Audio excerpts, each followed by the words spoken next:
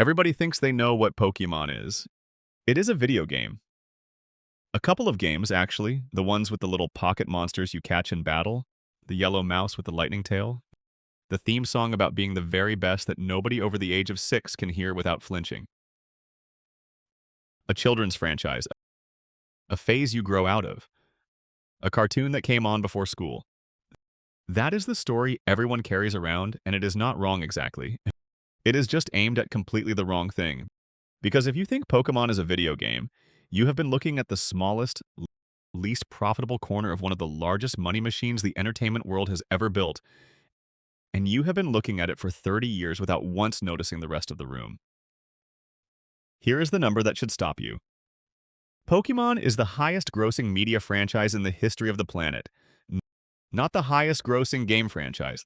The highest-grossing franchise, full stop, ahead of Star Wars, ahead of Marvel, ahead of Mickey Mouse, ahead of Harry Potter. Total lifetime revenue estimated somewhere north of $90 billion, and by some counts well past 100. And here is the part that breaks people's brains. The video games, the actual Pokemon video games, the thing the whole world thinks Pokemon is, account for only a fraction of that. A minority slice, the games are not the business. The games are the advertisement for the business. And once you understand that inversion, the whole empire suddenly makes sense in a way it never did when you thought you were looking at a game company. So let us go back to the beginning, because the origin of Pokemon is not a boardroom story. It is a story about a boy catching bugs. In the 1970s, in a suburb of Tokyo called Machida, there was a quiet, obsessive kid named Satoshi Tajiri who spent every spare hour outdoors hunting insects. He was so single-minded about it, the other children nicknamed him Dr. Bug. He would wade into ponds, lift rocks, put his hands into places most children would not, all to find a beetle or a dragonfly he had not cataloged yet. And the thing that fascinated him was not just the creatures, it was the hunt. The idea that different bugs lived in different places, that if you wanted a particular rare one, you had to know where to look, when to go, what to leave out as bait. Collecting for Tajiri was not a passive hobby, it was a system. A map of secret knowledge that rewarded the patient and the obsessive. He even had a name for the feeling before he had a game to put it in. The original Japanese title was Pocket Monsters, and before that, in the earliest pitch documents, the working idea was called Capsule Monsters. Creatures you could carry in a capsule in your pocket and let out wherever you were. That is the entire concept in 2 words. Take the wild thing you used to have to go outdoors to find and make it something a child could keep in a pocket and carry into a paved, indoor, modern life. The Pokeball, the little sphere every child now recognizes, is just Tajiri's capsule. It is a jar for a firefly, redrawn for a generation that would never own a jar or a firefly. And then, over the years he grew up in, the ponds were paved over. Machida became a suburb of concrete and apartment blocks, and the streams where the insects lived were filled in and built on. The bugs went away. This is the piece of the story that gets left out of the cheerful version, and it is the piece that matters most, because Pokemon is, at its emotional root, an attempt to give a generation of children something Tajiri felt he had lost. A way to feel the thrill of the hunt, of catching and collecting living creatures without a pond, without a net, in a world that had been paved flat.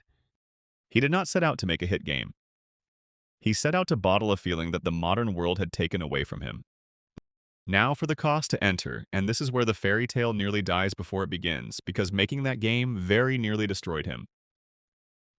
Tajiri founded a tiny company called Game Freak with his friend, the artist Ken Sugimori. It started as a fan magazine, hand-stapled, about arcade games before it became a developer. And the game he wanted to build, a game about catching hundreds of creatures and trading them with your friends, was, by the standards of the early 1990s, almost insane. It took 6 years. 6 years, which in the game industry of that era was an eternity, long enough for the hardware he was building on to become obsolete before he had even finished. Game Freak was so broke during development that several employees quit because they could not be paid. Tajiri reportedly took no salary for stretches, living off money from his father. The company nearly went bankrupt more than once. At one point, the studio was kept alive only because a legendary figure at Nintendo, Shigeru Miyamoto, the man behind Mario, saw something in the project and mentored Tajiri, kept the funding trickling in, and crucially gave him one piece of advice that would turn out to be worth billions. And think about what 6 years of near poverty actually bought. Ken Sugimori and a tiny art team hand-designed the original set of creatures one by one, each with a look, a temperament, a little evolutionary arc, until they had a starting roster of 151. 151 distinct characters, drawn and balanced and given personalities, in a company that could barely make payroll. Most studios that size were shipping a game with one hero and a handful of enemies. Game Freak was quietly building a cast large enough to become an entire mythology, and they did it while the lights were nearly being switched off. That roster is the reason the licensing empire was even possible later, because you cannot build an aisle of plush toys in a card game with billions of cards around a single mascot. You need a bestiary. They built the bestiary first, broke, before anyone had paid them a yen for it. But not all of those creatures were equal, and this matters enormously for what came later. A handful of them broke out of the pack and became icons the whole world would recognize on sight. There was Pikachu, the electric mouse, small and round and yellow, with red cheeks that spark and a tail shaped like a lightning bolt, plucked from the crowd to become the mascot of the entire franchise because he was cute, expressive, and instantly drawable by any child with a crayon. There was Charizard, which begins as a small fire lizard and grows into a great orange dragon with a flame burning on the tip of its tail. The powerful, swaggering one that every kid on the playground desperately wanted. And there was Blastoise, the blue turtle that evolves into an armored tortoise with a pair of water cannons built into its shell, the sturdy tank of the original 3 starter creatures. Those starters, fire and water and grass, and above all that little electric mascot, did something no marketing department could have engineered on purpose. They stopped being game pieces and became characters with faces and moods and personalities that children loved the way they love the hero of a cartoon. And a character a child loves is a character that child will follow anywhere, onto a bedsheet, onto a cinema screen, onto a lunchbox, and onto a small rectangle of cardboard that will one day be worth more than the console you first met him on. That advice was about the cable. Tajiri had grown up watching 2 Game Boys connected by a little link cable, a cable Nintendo had built so that 2 children could battle each other in a puzzle game. Everyone else saw a battle cable. Tajiri saw something else entirely. He saw a wire down which a creature could travel from one child's world into another's. He decided the game would not just let you fight over that cable. It would let you trade. And to force the trading, to make it not just possible but necessary, he did the single most important thing in the entire history of this franchise. He released the game as 2 versions. 2 boxes on the shelf, one with a set of creatures you could catch, and one with a slightly different set, and neither version contained all of them. If you wanted to complete your collection, if you wanted to fill that little electronic encyclopedia, you physically could not do it alone. You had to find another child with the other box and connect your machines and trade. He built loneliness into the design and then sold the cure for it in a second box. That is the counterintuitive engine, and it is so elegant it deserves to be said slowly. Most games are a thing you buy and play by yourself. Tajiri built a game you could not finish by yourself. He turned the customer into a salesman. Every child who owned the game became a walking advertisement, because to actually complete it, they had to recruit a friend into buying the other version. The product marketed itself on the playground for free at a scale no advertising budget could ever have bought. And because there were 2 versions, a household that wanted them all did not buy one game. They bought 2. From the very first day, Pokémon was designed to be sold in pairs, to be social, to be incomplete without your friends. This was not a game with a multiplayer mode bolted on. This was a game whose entire reason to exist was to connect one child to another, and to sell a second copy in the process. It launched in Japan in early 1996 on the Game Boy, a console everyone in the industry had already written off as dead. And it did not explode overnight. It smoldered. It grew by word of mouth, child to child, through exactly the trading network Tajiri had designed, until it became the biggest thing in the country and then the biggest thing in the world. But the games, remember, are not the business. The games were the match. Here is what they lit. Because the real revenue mechanism of Pokemon is not selling you a game. It is licensing a cast of characters so beloved that people will pay to put them on absolutely anything, and then taking a cut of every single one of those transactions without having to manufacture a thing. The genius of the corporate structure is easy to miss. In 1998, the various companies with a stake in Pokemon, Nintendo, Game Freak, and a third called Creatures spun off a dedicated entity called the Pokemon Company, whose entire job is to manage the brand. Not to make games. To manage the franchise, to license it, to protect it, and to coordinate the flood of products that carry those characters into the world. That structure is the whole secret. There is a body whose sole purpose is to turn a cast of cartoon monsters into a river of licensing revenue that never stops flowing. And flow it does. Consider the trading card game, which is a business so large it is almost a rival franchise inside the franchise. Those cards are, physically, small rectangles of printed cardboard. The cost to produce one is trivial, a few cents, and people buy them by the billions, not millions. Billions of cards, year after year, some of them changing hands for the price of a car, a few of the rarest for the price of a house. The trading card game reaches back to the same instinct Tajiri built the first game around. The collector's itch, the thrill of the hunt, the drive to complete the set. Except now the creatures are printed on cardboard that costs almost nothing to make and sells for whatever the collector's desire will bear. Every pack is a little lottery ticket, and the house always wins.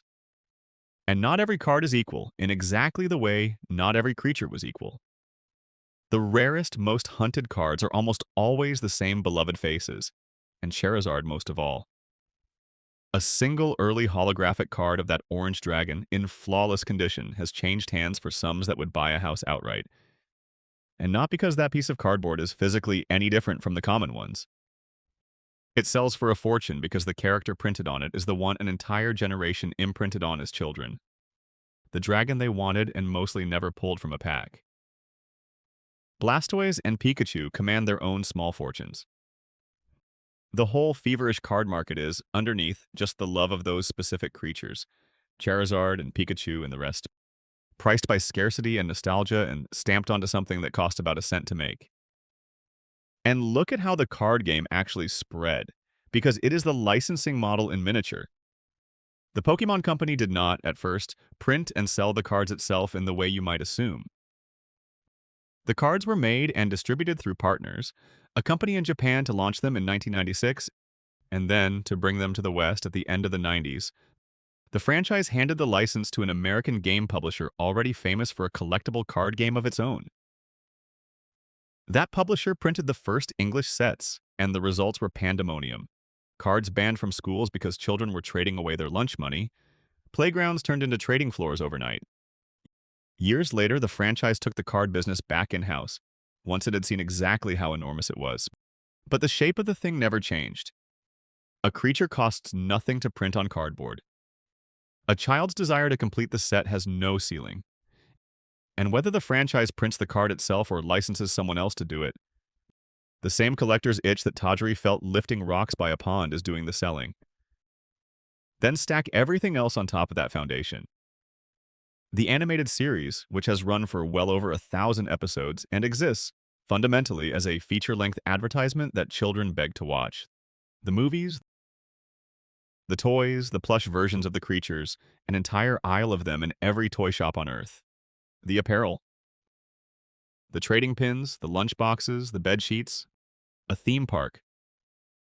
Collaborations with fashion houses and sneaker brands and coffee chains, each one paying for the privilege of borrowing the characters for a season.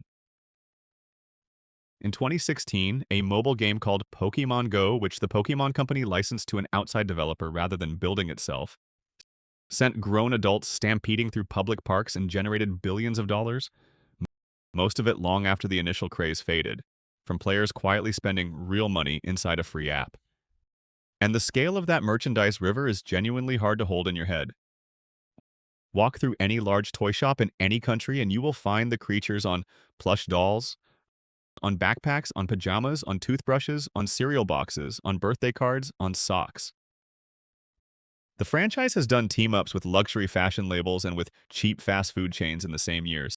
sitting a Pikachu next to a designer handbag and a Pikachu next to a paper cup of fries, and taking a fee for both. Each of those products was made and shipped and warehoused and sold by somebody else. Some third company that took on all the cost and all the risk of guessing how many to make, and paid for the right to put the character on it.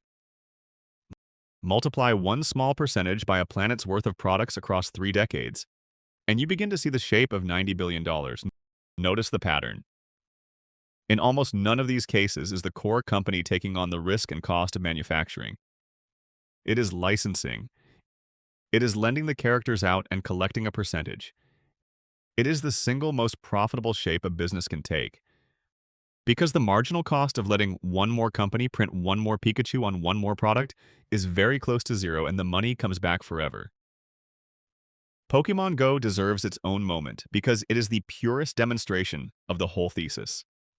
In 2016, the franchise did not build a mobile game. It licensed the characters to an outside studio that specialized in location-based apps, and that studio built a game where the creatures appeared through the phone's camera in the real world, in your actual street, your actual park. Read that again through Tajiri's eyes. A boy who wanted to catch creatures outdoors in a world that had paved over the places you could, made a game that put the creatures back outdoors, everywhere, for everyone, 40 years later.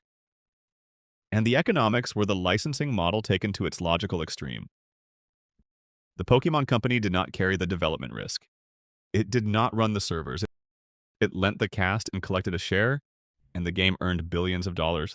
The overwhelming majority of it, not in the frenzied first summer, but in the years afterward, a slow, steady drip of small payments from tens of millions of people spending real money inside a thing that was free to download.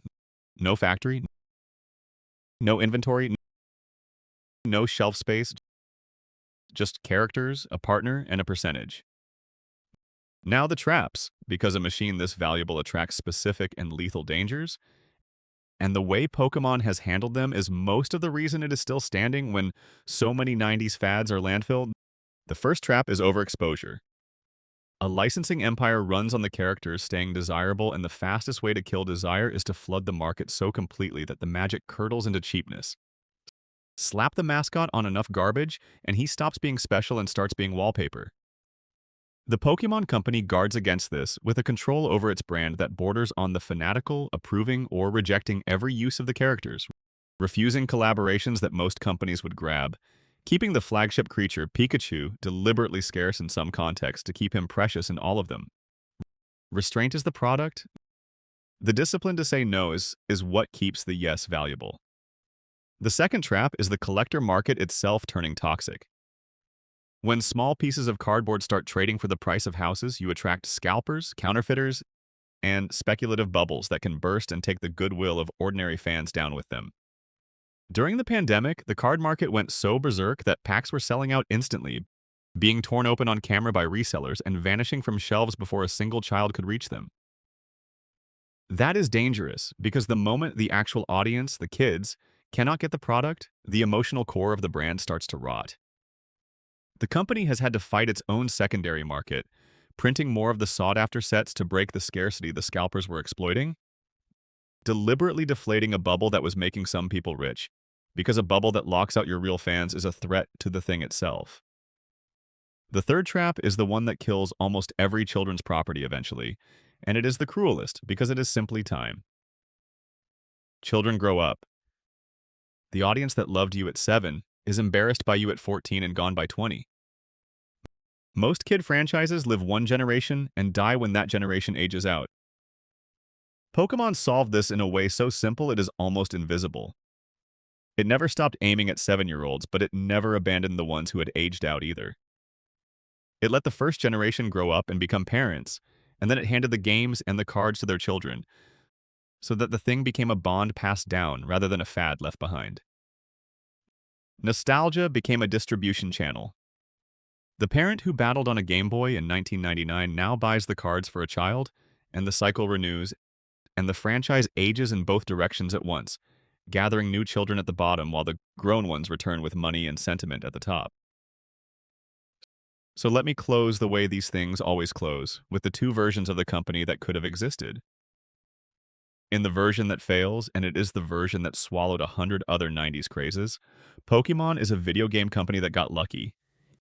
It leans into that luck, pumps out sequels, treats the cartoon and the toys as marketing for the next game, and slowly, as the games age and the novelty fades, it shrinks back into what it appeared to be all along: a game studio with a beloved back catalog and a shrinking audience, a nostalgia act. In that version, the bugs Tajiri was chasing get paved over a second time. In the version that actually happened, someone understood very early that the game was never the point. The game was the seed. The real organism was the brand, the cast of creatures, the feeling of the hunt, and that could be grown in 1,000 directions the game could never reach, onto cardboard and cinema screens and plush toys and phone apps and the sleeves of grown adults. They built a company whose only job was to tend that brand. They guarded it with monastic discipline, and they engineered it to be handed from parent to child forever. The video games still come out and people still love them and they still sell. But they were always the smallest room in the house. The empire was everything else, and it was there, in the licensing, in the cardboard, in the plush, in the patient refusal